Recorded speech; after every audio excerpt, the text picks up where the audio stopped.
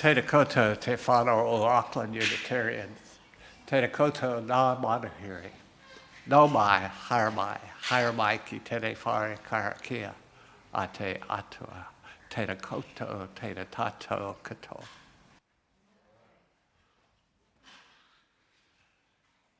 We welcome you into this space made sacred by Auckland Unitarians for 118 years. It is common and sacred space. Common because we are all welcome. Sacred because here we transform the ordinary and attend to the profound. We carry with us our regrets, doubts, fears, stories, laughter. May they inspire our worship. Above all, may we each meet what we need most to find. On this day, in this common sacred space. Let us now worship together, remembering our worship service is merely our excuse to have morning tea together. It is a time of connection and reconnection. It is our sacrament of hospitality. Please join us. It won't be complete without you.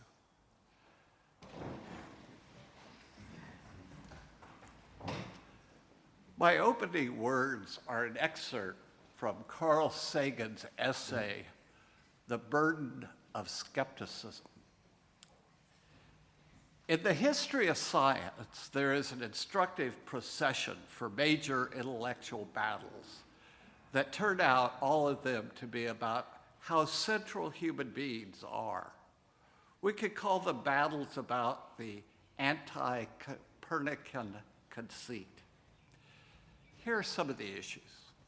We are the center of the universe. All the planets and the stars and the sun and the moon go around us.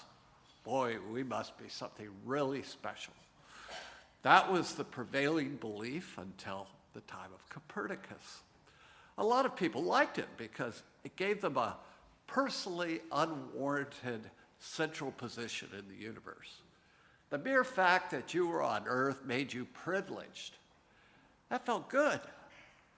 Then along came the evidence that the Earth was just a planet and that those other bright moving points of light were planets too. Disappointing, even depressing.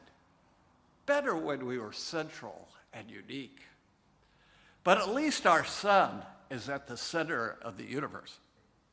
No, those other stars, they're suns too. And what's more, we're out in the galactic boondocks. We are nowhere near the center of the galaxy. Very depressing. Well, at least the Milky Way galaxy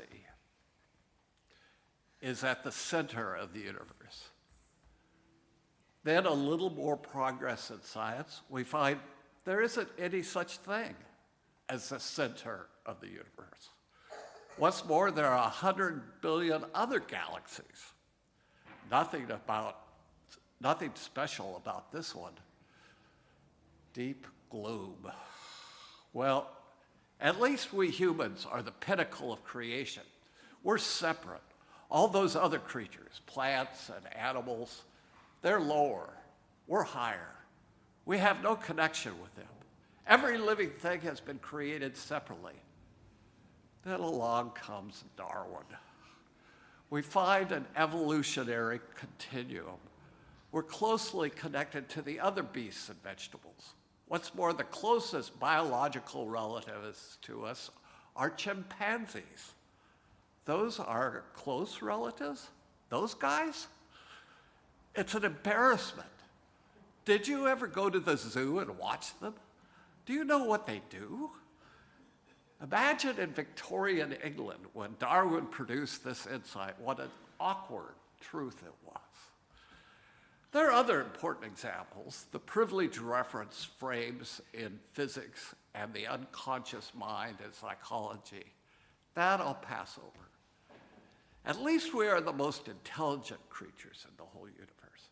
If there are no other smart guys elsewhere, even if we are connected to chimpanzees, even if we are in the boondocks of a vast and awesome universe, at least there is still something special about us.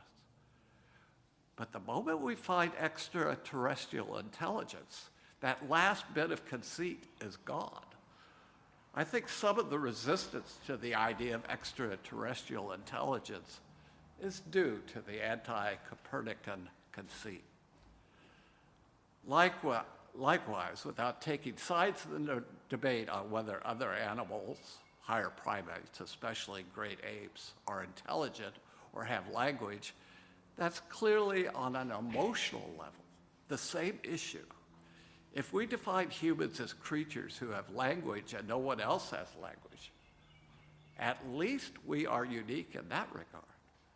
But if it turns out that all those dirty, repugnant, laughable chimpanzees can also, with sign language or otherwise, communicate ideas, then what is left that is special about us? Propelling emotional dispositions on these issues are present, often unconsciously, in scientific debates. It is important to realize that scientific debates, just like pseudoscientific debates, can be awash with emotion for these, among many different reasons.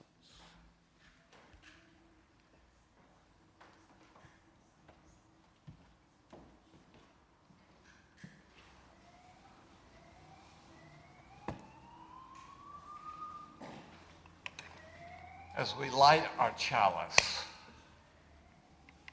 we come out of the darkness of our unknowing and the dusk of our dreaming. Come we now from far places. Come we now into the twilight of our awakening and the reflection of our gathering. Come we now all together. We bring unilluminated our dark caves of doubting. We seek unbedazzled the clear light of understanding. May the sparks of our joining kindle our resolve, brighten our spirits, reflect our love, and unshadow our days. Come, we now enter the dawning.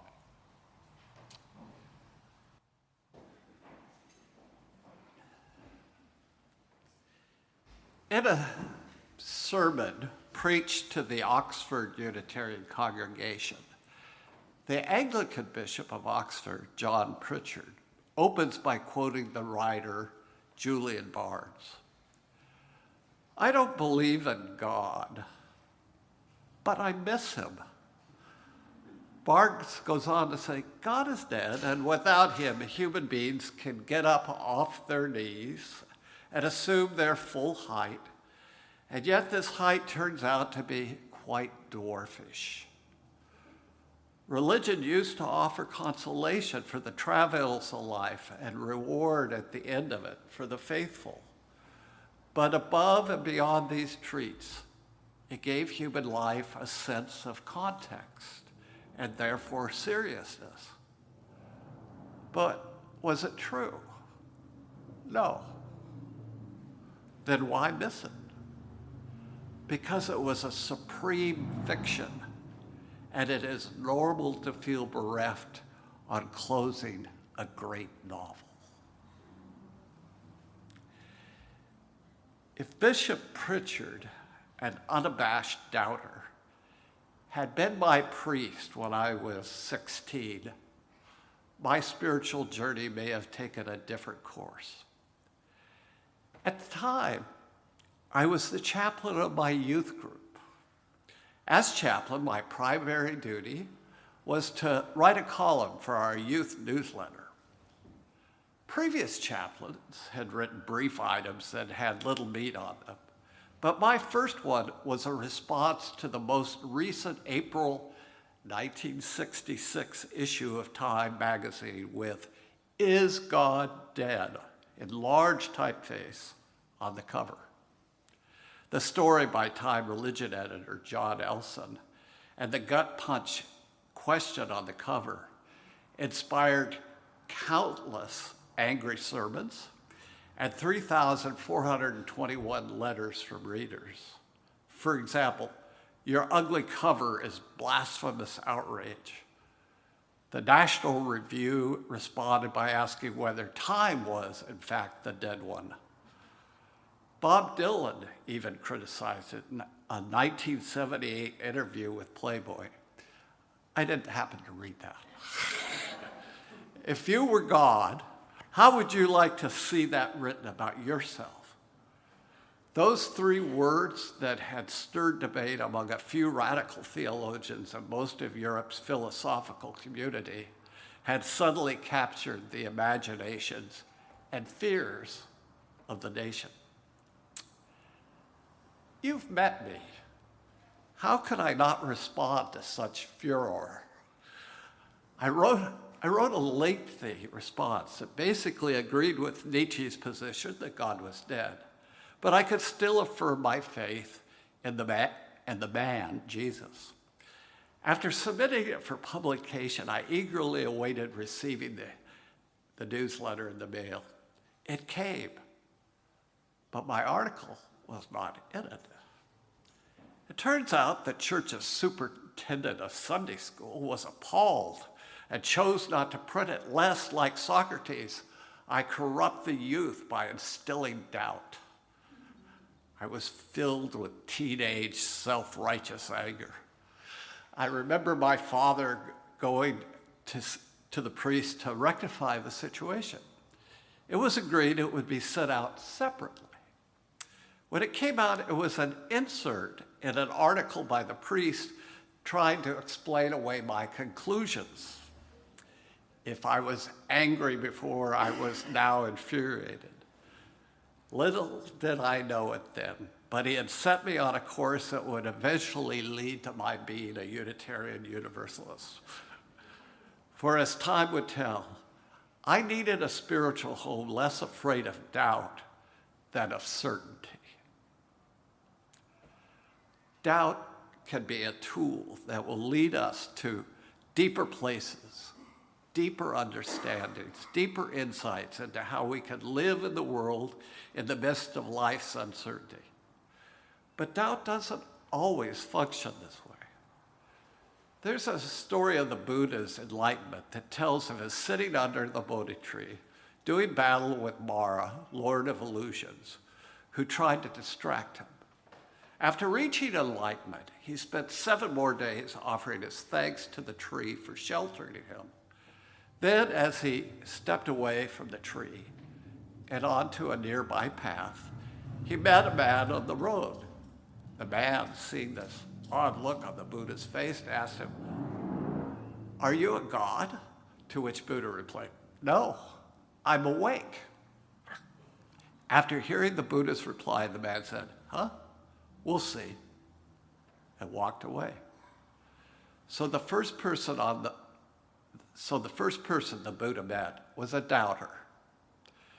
UU minister Brian Esslinger notes that this doubter of the Buddha represents a particular aspect of doubt that we now call cynicism. His doubt didn't lead him to ask the Buddha any questions. What do you mean awake? Instead, his turning away represents a refusal to engage with his doubt. Doubt can be a tool or a roadblock. Doubt can be an excuse to keep us from digging deeper, learning more, engaging with the multiple ways of being in the world. Doubt can be a wall, or it can be a candle. It can either block us from learning or light our way into unseen places. From its beginning, doubt has challenged those who purported to know the world through both religion and science. Doubters questioned the ability of both divine revelation and human observation to really know what was true. But during the earliest stages of human history, doubt wasn't a very big threat to society or to the lives of the doubters. For instance, many schools of doubt existed in ancient Rome and Greece, giving us many great doubters whose names and works would surface in the future to renew doubt's influence. Theological consistency wasn't demanded, but adherence to authority was. Doubters weren't persecuted for their questioning, except when they went afoul of civil authorities. While accused of atheism, Socrates was really executed for being disruptive of the social order. Socrates used questions to illuminate the truth, believing that doubt rather than certainty was the better path. The lesson of Socrates' trial is that doubt can challenge established order. Many of these ancient doubters resolved how to live with doubt in what are called graceful life philosophies. These philosophies center on living lives of moderation, but enjoying life as well. These graceful life philosophies, usually the alternative to the religion of the state, offer doubters the ability to continue to question and live creatively within the tension of their uncertainty. Uncertainty was accepted, even valued, as part of the philosophical life. Official attitudes towards doubt changed with Christianity's rise to power. In her weighty book, Doubt, A History, philosopher and poet Jennifer Michael Hecht describes the difference Christianity introduced into the realm of doubt. While still having some wonderfully ambiguous books in its canon, such as Ecclesiastes, which reads like a treatise on living with uncertainty, Judaism of the 2nd century before the Common Era increasingly adopted certainty of faith as a criterion for God's grace. In Christianity, not doubting became a central tenet of faith. Doubt was a sign of weakness and a threat to salvation. Acceptable doubt was expressed as one's inability to fulfill the human side of the God-human relationship. Augustine's Confessions eloquently speaks to the struggle. Once he settled on the truth of the Christian faith that his mother had called him to, he didn't doubt God's existence or Jesus' salvific powers. Instead, he doubted his ability to live up to those expectations. In this new milieu of doubt, the stakes were high. When Christianity became the official church of the sprawling Roman Empire in the 4th century, the new definition of acceptable doubt changed the range of persecution. Hypatia of Alexandria exemplifies this change. A teacher and graceful life philosopher in the early 5th century, she caught the attention of the local bishop Cyril. To Cyril, Hypatia's philosophy and understanding of doubt was a threat. After he had her murdered, teachers and philosophers left Alexandria,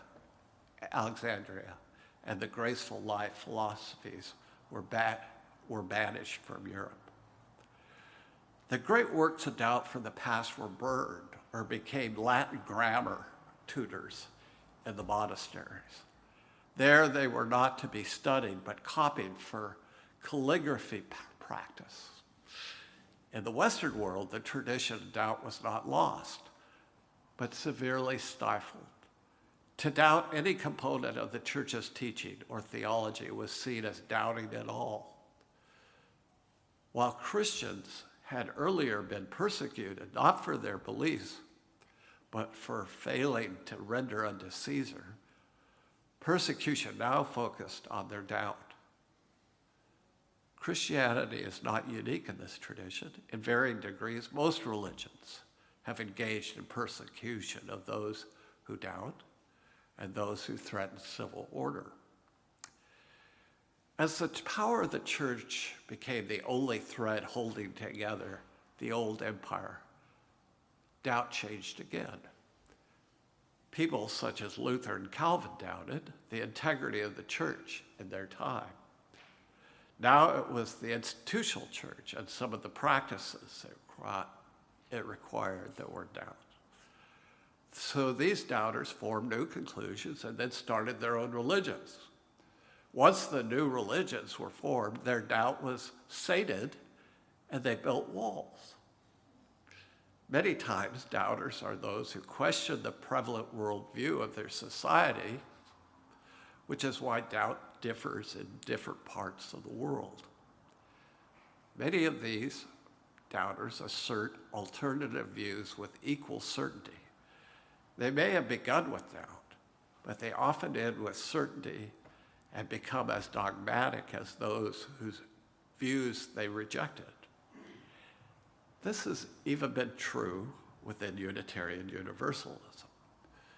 When William Ellery Channing and his contemporaries in the early 19th century were faced with the next generation of doubters, led by transcendentalists Ralph Waldo Emerson, Margaret Fuller, and Theodore Parker, they reacted with a fundamentalism that would surprise us today.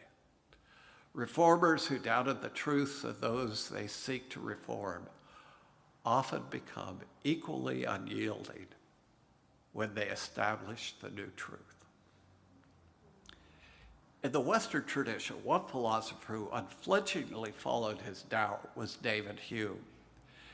As he was one of my father's heroes, I feel like I grew up with him. During the 18th century, Hume questioned the growing confidence of all other philosophies. He didn't deny the existence of an outside world, but pointed out the fallacies and other certainties about how to describe it. Reason and religion both fell to Hume's doubt. Using his doubt to purge his mind of misconceptions, Hume sought to create an ethics based on how human beings really acted as social animals, whose interests are best served by working together.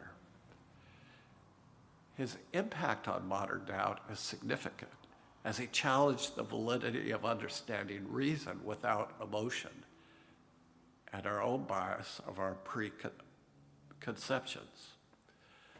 Hume wanted us to see that doubt can lead us somewhere, can be that candle.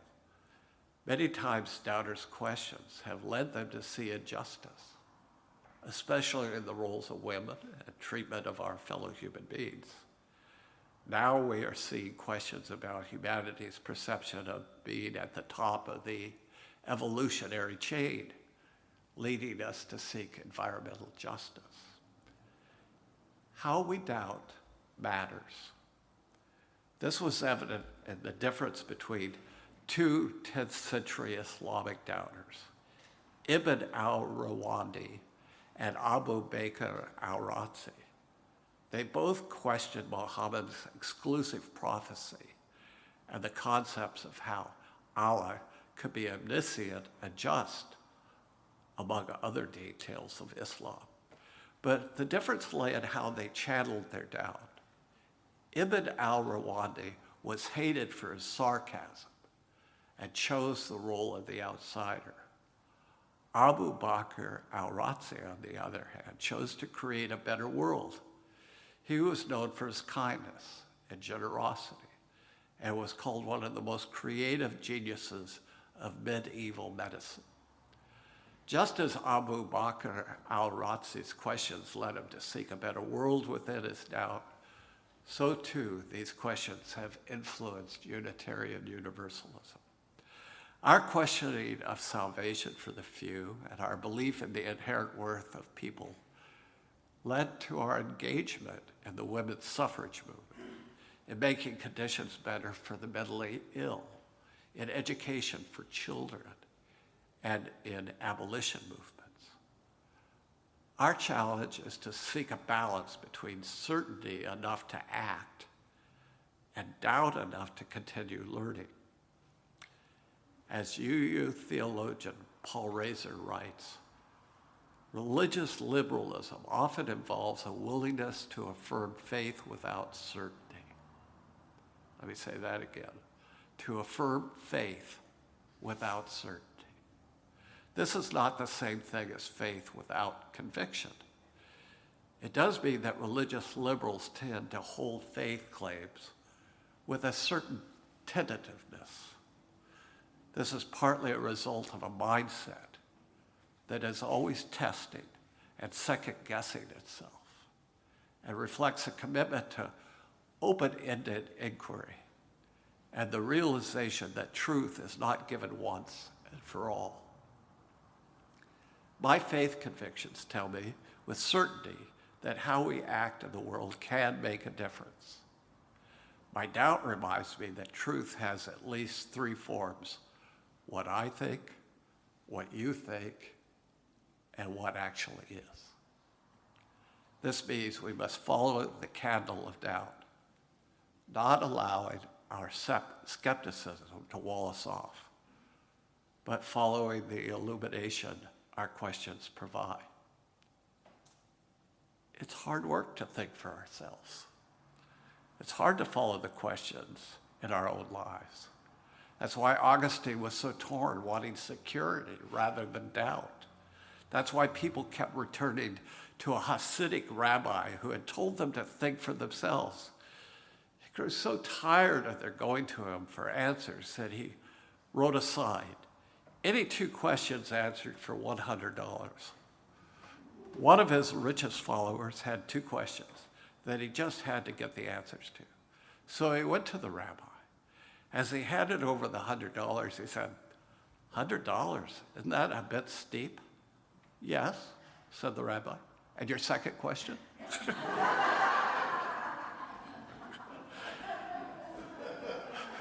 This is the gospel of doubt. Our questions are beyond price. They do not negate our convictions to live lives of meaning, but encourage our connection to what is and our striving to reach for what is possible. Let us cherish our doubts by following the prophetic light they provide, allowing that light to lead us towards a deeper sense of faith in what is possible, as well as a stronger conviction to make it so. Blessed be. Amen. For our meditation, I thought I would turn to one of my heroes, Ralph Waldo Emerson. A person will worship something. Have no doubt about that. He may think our tribute is paid in secret in the dark recesses of our hearts, but it will out. That which dominates our imaginations and our thoughts will determine our lives and character. Therefore, it behooves us to be careful what we worship. For what we are worshiping, we are becoming. What are you worshiping?